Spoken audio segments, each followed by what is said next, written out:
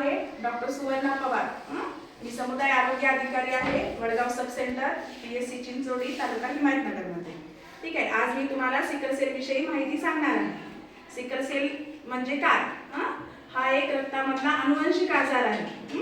त्यामध्ये काय होते की जे नॉर्मल रक्तपेशी असतात कशा असतात की अशा असतात गोल आकाराच्या, आणि सिकल सेल आजार असतो. सिकल म्हणजे काय? विळा. विळा बघितला का सर्वांनी?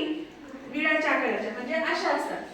त्यामुळे त्या आजाराला म्हटलंय की सिकल सेल म्हणजे त्या जे पेशी असतात रक्तामधल्या ती त्या विळ्याच्या आकाराच्या होतात, त्याच्यामुळे त्यांना त्या आजाराला नाव सिकल सेल भेटलेलं आहे.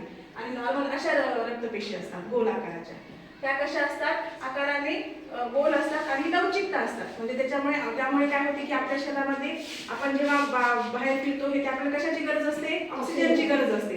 तर ते आपले नॉर्मल रक्तपेशी लवचिक असल्यामुळे काय होते की ऑक्सिजन कॅरिंग कॅपॅसिटी म्हणजे आपले लवकर आपण घेतो सोडतो, त्यामुळे आपल्याला अशक्तपणा थकवा वगैरे जाणवत नाही.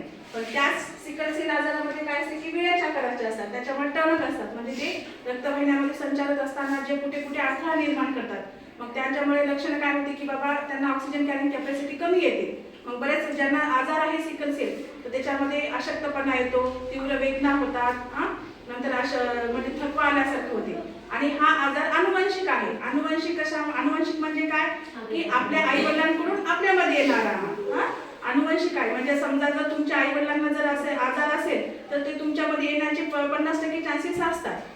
त्याच्यामुळे प्रत्येक जणांनी आपली ही तपासणी करून घेतलेली आहे. म्हणून आरोग्य मंत्र्यांनी हा कार्यक्रम आपला काढलेला आहे की सिकल सेल ॲनिमिया विशेष अभियान काढलेलं आहे की बाबा जेणेकरून ह्यामध्ये गाव पातळीवर लोकांची तपासणी व्हावी, जेणेकरून जे सिकल सेल पॉझिटिव्ह आहे त्यांच्यावर लवकरात लवकर उपचार होऊन त्यांचं व्यवस्थित आरोग्य राहावं बाबा. त्याच्यामुळे हे आरोग्य मंत्र्यांनी प्रोग्राम काढलेला आहे. त्याच्यामुळे तुम्ही सिकल सेलची तपासणी करून घेणं गरजेचं आहे.